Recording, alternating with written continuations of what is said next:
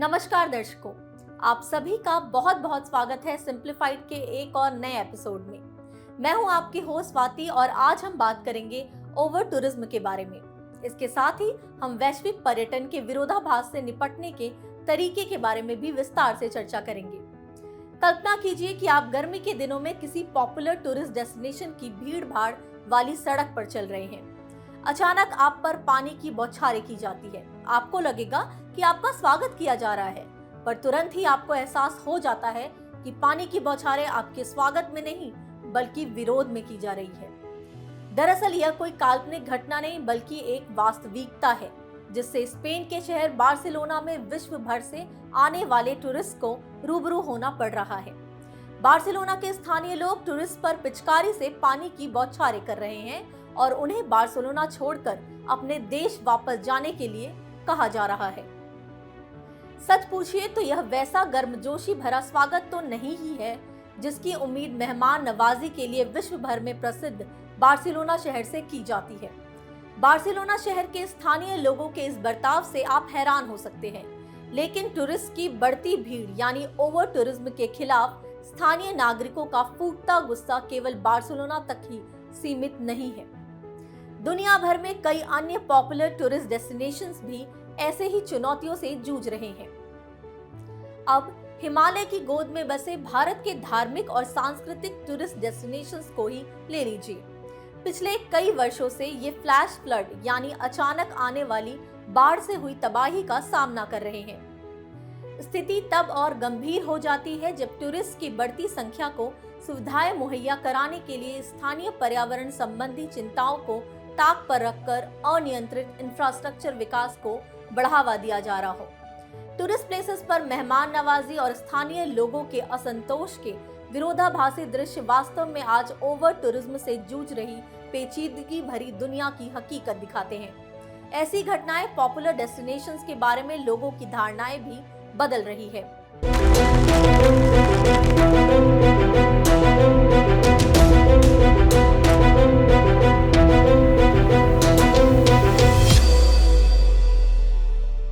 तो आइए इस समस्या की गंभीरता को समझने के लिए हम इनमें से कुछ टूरिस्ट हॉटस्पॉट्स की वर्चुअल यात्रा करते हैं।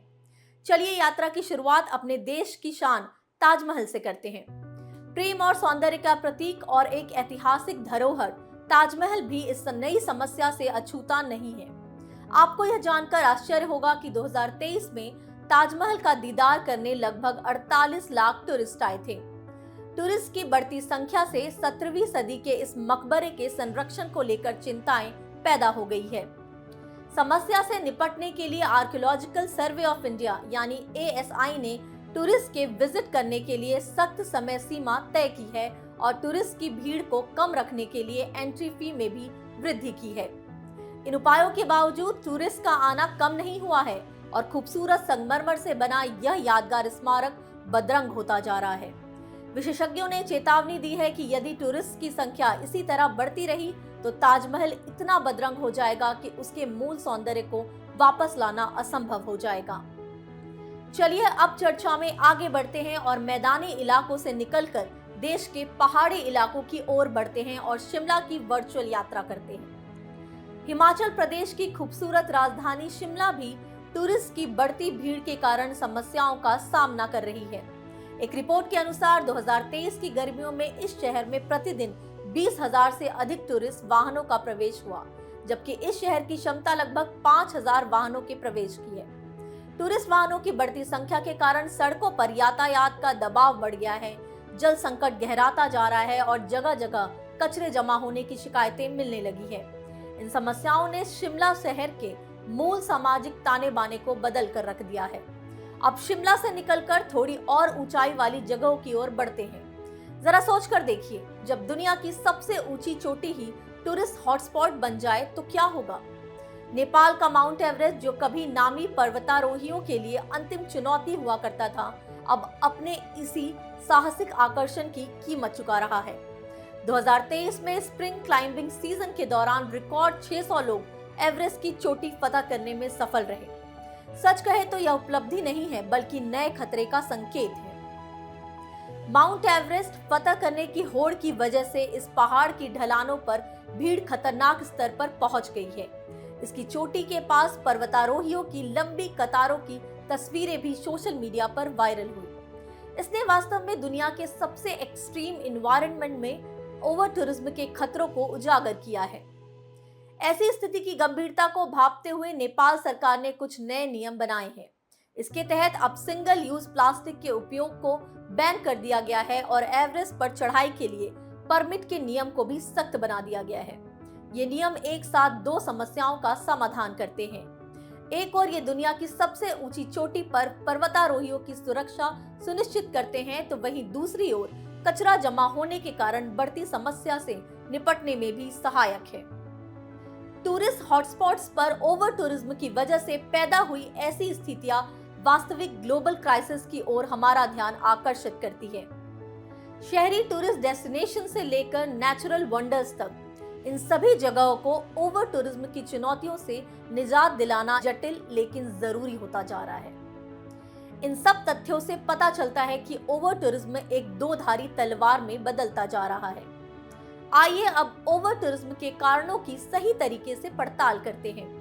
ओवर टूरिज्म की समस्या को सही मायने में समझने के लिए हमें इसके कारणों की तह तक जाने की जरूरत है। सच कहें तो इसके लिए कोई एक कारण या घटना जिम्मेदार नहीं है। कई वजहों ने मिलकर ओवर टूरिज्म रूपी डीप क्राइसिस को जन्म दिया है, जिससे निपटना अब इन जगहों को मैनेज करने वाले लोगों के लिए बड़ी चुनौती साबित हो रही है। मुझे यकीन है कि आप में से अधिकतर लोगों ने कभी न कभी सोशल मीडिया पर किसी वेकेशन की इमेज पोस्ट की होगी।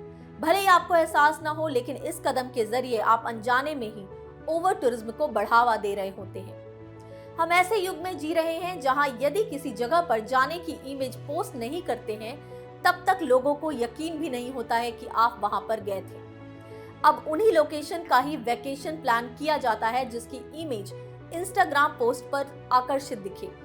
आप भारत में केदारनाथ धाम का ही उदाहरण ले लीजिए। हिमालय की गोद में बसे इस पवित्र हिंदू तीर्थ स्थल पर कोविड पैंडेमिक के बाद से लगभग 15 लाख तीर्थयात्री जा चुके हैं। कहा जा रहा है कि इंस्टाग्राम पर बढ़ती पॉपुलैरिटी की वजह से केदारनाथ को ओवर टूरिज्म का सामना करना पड़ रहा है। डिजिटल दुनिया से प्रभावित इस टूरिज्म ने ट्रैवलर्स के नए वर्ग को जन्म दिया है। यह एक ऐसा वर्ग है जो अक्सर किसी जगह की स्पिरिचुअल और कल्चरल समृद्धि का ही सही अनुभव करने के बजाय सोशल मीडिया पर आकर्षक दिखने वाले किसी डेस्टिनेशन की फोटो या वीडियो लेने की तलाश में रहता है। वैसे सोशल मीडिया ओवर टूरिज्म रूपी पहेली का महज एक पार्ट है। आइए अब कुछ अन्य पहलुओं पर नजर दौड़ाते हैं जो ओवर टूरिज्म को बढ़ावा दे रहे हैं। एक बड़ी वजह है बजट ट्रैवल ऑप्शन की बढ़ती पॉपुलैरिटी। इसकी वजह से टूरिस्ट की संख्या में बहुत ज्यादा वृद्धि हुई है, जिसे मैनेज करने के लिए ज्यादातर डेस्टिनेशन तैयार नहीं है। उदाहरण के लिए गोवा में 2019 में 71 लाख टूरिस्ट आए थे। यह संख्या 2023-24 में बढ़कर 1 करोड़ हो गई। इसके अलावा भारत में बढ़ते मध्यम वर्ग ने इस ट्रेंड को और बढ़ावा दिया है। अब पहले से कहीं ज्यादा लोगों के पास पॉपुलर डेस्टिनेशंस तक पहुंचने के साधन मौजूद हैं। क्या आपने गौर किया है कि जिन जगहों पर जाना कभी मुश्किल हुआ करता था, अब वहां बहुत आसानी से पहुंचा जा सकता है। दरअसल इन जगहों पर पहुंचने के लिए इंफ्रास्ट्रक्चर में काफी सुधार हुआ है।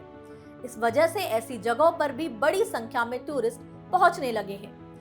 वैसे कई वजहों से यह कदम पॉजिटिव भी है, लेकिन हमें यह भी ध्यान रखना चाहिए कि ये डेस्टिनेशंस अधिक संख्या में टूरिस्ट को मैनेज करने में सक्षम नहीं है। भारत की समृद्ध कल्चरल हेरिटेज और विविध लैंडस्केप स्वाभाविक रूप से टूरिस्ट को आकर्षित करते हैं, लेकिन ताजमहल जैसे आइकॉनिक हेरिटेज या लक्षद्वीप समूह जैसे इकोलॉजिकली सेंसिटिव क्षेत्र में टूरिस्ट की बढ़ती भीड़ ओवर टूरिज्म को बढ़ावा दे सकती है। इसके अलावा सीजनल टूरिज्म जैसे कि गर्मियों में मनाली जैसे हिल स्टेशंस पर आने वाली क्राउड पीक सीजन के दौरान ओवर टूरिज्म की चिंताओं को बढ़ा देती है।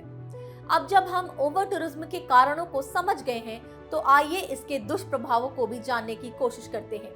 साथ ही ये जानते हैं कि ओवर टूरिज्म हमारी पसंदीदा जगहों को कैसे बदल रहा है। जरा सोचिए, क्या हो जब आकर्षण ही काल बन जाए? इसी सवाल का जवाब पाने के लिए चलिए अब बात करते हैं कि कैसे पर्यटन समृद्ध धरोहर को नुकसान पहुंचा रहा है। ओवर टूरिज्म जितना चिंताजनक है, उसके दुष्प्रभाव भी उतने ही व्यापक और गंभीर हैं। एनवायरमेंटल डिग्रेडेशन सबसे बड़ी चिंता है। अधिक संख्या में टूरिस्ट के आने के कारण पॉपुलर नेचुरल साइट्स को डिग्रेडेशन, प्रदूषण और वन्य जीवों के हैबिटेट को खतरे का सामना करना पड़ रहा है। उदाहरण के लिए राजस्थान के रणथंभौर नेशनल पार्क में सफारी वाहनों की बढ़ती संख्या ने बाघों के हैबिटेट को प्रभावित किया है। इस स्थिति से निपटने के लिए अधिकारियों ने पार्क में प्रतिदिन आने वाले वाहनों की संख्या तय कर दी है। Ranthambore tiger safari booking policy के अनुसार एक शिफ्ट में 6 सीट वाली केवल 20 जीपे और 20 सीट वाले केवल 20 कैंटर को ही इस नेशनल पार्क में एंट्री की अनुमति है। वैसे ओवर टूरिज्म के खतरे को केवल नेचर तक सीमित करने के भी अपने खतरे हैं। किसी जगह की आत्मा, उसकी संस्कृति और उसकी परंपराएं क्या कम महत्व की है? किसी जगह के सांस्कृतिक मूल्य को नुकसान पहुंचाना भी समान रूप से चिंताजनक है। यह चिंता जितनी अमूर्त है उतनी ही गहरी भी है। अब जरा सोचकर देखिए कि अलग अलग परंपराएं धीरे धीरे लुप्त हो रही हैं। उनकी जगह टूरिस्ट को पसंद आने वाली गतिविधियां लेती जा रही है। वाराणसी जैसे कई धार्मिक स्थलों पर यही चिंता उभर कर आई है, जहां आध्यात्मिक अनुभवों के कमर्शलाइजेशन को लेकर चिंताएं बढ़ रही है। बनारस के घाट, जो कभी मुख्य रूप से धार्मिक अनुष्ठानों के लिए इस्तेमाल किए जाते थे, अब वहां टूरिस्ट और तीर्थयात्री दोनों दिखाई देते हैं। इससे इन पवित्र स्थलों की पवित्रता और ऑथेंटिसिटी को संरक्षित रखते हुए विजिटर्स का स्वागत करने की चुनौती बढ़ गई है। आइए अब हम टूरिज्म के आर्थिक पहलुओं पर भी बात करते हैं। इसमें कोई दो राय नहीं है कि टूरिज्म किसी देश या जगह की इकोनॉमी को बूस्ट करता है। आप भी इससे सहमत होंगे, लेकिन यह इतना आसान भी नहीं है। इसके प्रभावों को अक्सर टूरिज्म के लाभ के रूप में दिखाया जाता है, हालांकि ये वास्तव में दो धारी तलवार हो सकते हैं। यह सच है कि टूरिज्म भारत की जीडीपी में अधिक योगदान देता है, पर यह भी सही है कि केवल इस पर निर्भर रहना किसी क्षेत्र विशेष की इकोनॉमी को संकट में डाल सकता है। उदाहरण के लिए टूरिज्म पर बहुत अधिक निर्भर रहने वाले गोवा की इकोनॉमी को वित्त वर्ष 2021 में कोविड-19 पेंडेमिक के कारण 14.3% का नुकसान झेलना पड़ा। यह स्थिति टूरिज्म पर अधिक निर्भर रहने वाले इकोनॉमी को एक सबक देती है कि उन्हें अन्य सेक्टर्स की गतिविधियों को भी बढ़ावा देने की जरूरत है। लेकिन इस सिक्के के दूसरे पहलू के बारे में क्या?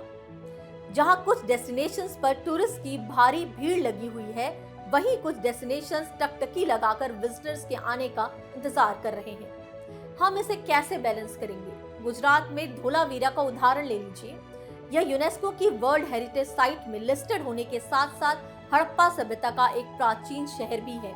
इसके बावजूद यहाँ बहुत कम टूरिस्ट आते हैं, क्योंकि गुजरात में यह एक रिमोट लोकेशन पर स्थित है। हमारी आज की यह पूरी वार्ता एक महत्वपूर्ण पक्ष को सामने लाती है। यदि टूरिज्म को सस्टेनेबल तरीके से मैनेज किया जाए तो यह आर्थिक विकास और संस्कृति के संरक्षण का एक शक्तिशाली साधन साबित हो सकता है। इन सभी उदाहरणों से यह स्पष्ट हो जाता है कि ओवर टूरिज्म एक जटिल और कई पहलुओं को शामिल करने वाला विषय है। इसलिए इसके समाधान का तरीका भी एक समान नहीं हो सकता। यह प्रतिस्पर्धी हितों और अनचाहे परिणामों की एक गार्डियन नॉट यानी पेचीदा गांठ है। इसलिए मुख्य चुनौती यह है कि कैसे विजिटर्स की संख्या को मैनेज करते हुए सांस्कृतिक और प्राकृतिक हेरिटेज की रक्षा की जाए। इसके अलावा स्थानीय समुदायों को परेशान किए बिना उन्हें लाभ पहुंचाने का इनोवेटिव तरीका खोजना भी एक चुनौती है। इसके लिए टूरिज्म से होने वाले लाभों को प्राप्त करने और इन डेस्टिनेशंस को विशेष बनाने वाले फीचर्स को संरक्षित करने के बीच एक नाजुक संतुलन बनाने की आवश्यकता है। ऐसे में आगे की राह क्या हो सकती है? आइए जानते हैं हम दुनिया के अजूबों को नुकसान पहुंचाए बिना उसका आनंद कैसे ले सकते हैं। इसके लिए कुछ तरीके खोजने की जरूरत है। हमें असल में एक संतुलित भविष्य के लिए सस्टेनेबल समाधान खोजना चाहिए। ओवर टूरिज्म से पैदा हुई समस्याओं का समाधान नीति, टेक्नोलॉजी और मानसिकता में बदलाव के बीच नाजुक संतुलन बनाने से मिल सकता है। आइए दुनिया भर में लागू किए जा रहे कुछ इनोवेटिव तरीकों पर नजर डालते हैं। सबसे पहले टूरिस्ट डेस्टिनेशन को बेहतर तरीके से मैनेज करने की जरूरत है। उदाहरण के लिए यूनेस्को की वर्ल्ड हेरिटेज साइट हम्पी में अधिकारियों ने इस पुरातात्विक स्थल की सुरक्षा सुनिश्चित करने और विजिटर की संख्या मैनेज करने के लिए कई उपाय किए हैं। स्थानीय अधिकारियों ने अलग अलग एंट्री फी सिस्टम शुरू किया है। विदेशी टूरिस्ट के लिए एंट्री फी 500 रुपए से बढ़ाकर 600 रुपए कर दी गई है, जबकि अपने देश के विजिटर्स के लिए इसे 50 रुपए रखा गया है। इसके अलावा हेरिटेज एरिया के भीतर वाहन लाने पर सख्त नियम लागू किए गए हैं। साइकिल और इलेक्ट्रिक व्हीकल जैसे एनवायरनमेंट फ्रेंडली ट्रांसपोर्ट साधनों के उपयोग को बढ़ावा दिया गया है। इन उपायों का उद्देश्य विजयनगर साम्राज्य के 1600 बचे हुए अवशेषों के संरक्षण प्रयासों और टूरिज्म से प्राप्त होने वाले रेवेन्यू के बीच संतुलन बनाना है। विजयनगर साम्राज्य के इन हेरिटेज को देखने के लिए 2022 में 15 लाख से अधिक टूरिस्ट आए थे। इस तरह सिक्किम ने टूरिज्म के लिए नो प्लास्टिक पॉलिसी जैसी इनोवेटिव पहल की है। सिक्किम ने 2016 में प्लास्टिक की पानी की बोतलों और स्टायरोफोम प्रोडक्ट्स के उपयोग पर प्रतिबंध लगा दिया था।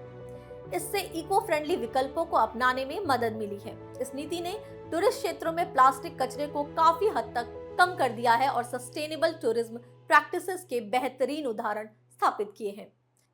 अब नीतिगत उपायों की बात करते हैं, जिसमें नीति निर्माताओं की भूमिका बढ़ जाती है। इस मामले में हम भूटान के high value low volume tourism model से बहुत कुछ सीख सकते हैं। भूटान प्रतिदिन 200 से $250 की टूरिस्ट फी वसूलता है। इस फी में रहना, खाना, ट्रांसपोर्ट और सोशल प्रोजेक्ट्स में योगदान आदि भी शामिल है।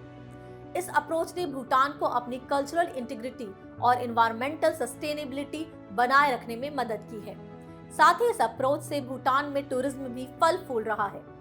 पृथ्वी के स्वर्ग को बचाने के लिए चुकाई जाने वाली यह कीमत बहुत कम ही है ना? और अंत में हमें टूरिज्म की सफलता को मापने हेतु अपने अप्रोच पर फिर से विचार करने की आवश्यकता है। भारत का पर्यटन मंत्रालय टूरिज्म की सफलता के आकलन में केवल विजिटर्स की संख्या को ही पैरामीटर नहीं मानता। अब लोकल कम्युनिटी को हुए लाभ और स्थानीय संस्कृति के संरक्षण जैसे मैट्रिक्स को भी इनमें शामिल किया जा रहा है। अतुल्य भारत 2.0 यानी इनक्रेडिबल इंडिया 2.0 अभियान सस्टेनेबल और एक्सपेरिमेंटल टूरिज्म को बढ़ावा देने पर केंद्रित है। इसमें टूरिस्ट की संख्या की बजाय बेहतर सुविधाओं पर बल दिया गया है। ओवर टूरिज्म से निपटने के लिए छोटे छोटे प्रयासों के अलावा सहयोगी अप्रोच की भी आवश्यकता होगी। नई सोच, जिम्मेदार नीतियों और ट्रैवलर के माइंडसेट में बदलाव लाकर हम ट्रैवल की ट्रांसफॉर्मेटिव पावर का आनंद ले सकते हैं। इससे भावी पीढ़ियों के लिए दुनिया के कल्चरल और नेचुरल वंडर्स को संरक्षित करने की उम्मीद भी जागती है। इसलिए अगली बार जब आप ट्रिप की योजना बनाएं तो कुछ पल रुककर विचार कीजिए और फिर अपनी जर्नी को आगे बढ़ाइए। वैसे भी सबसे यादगार जर्नी अक्सर वही होती है जो न केवल हमारे जीवन पर बल्कि ट्रिप के रास्ते में मिलने वाली जगहों और लोगों पर भी अमिट छाप छोड़ती हो। उम्मीद है आपको आज का सिंप्लीफाइड का एपिसोड इंफॉर्मेटिव लगा होगा। अब आपसे मुलाकात होगी अगले एपिसोड में। तब तक के लिए धन्यवाद और आगे भी जुड़े रहे विजन IAS चैनल के साथ।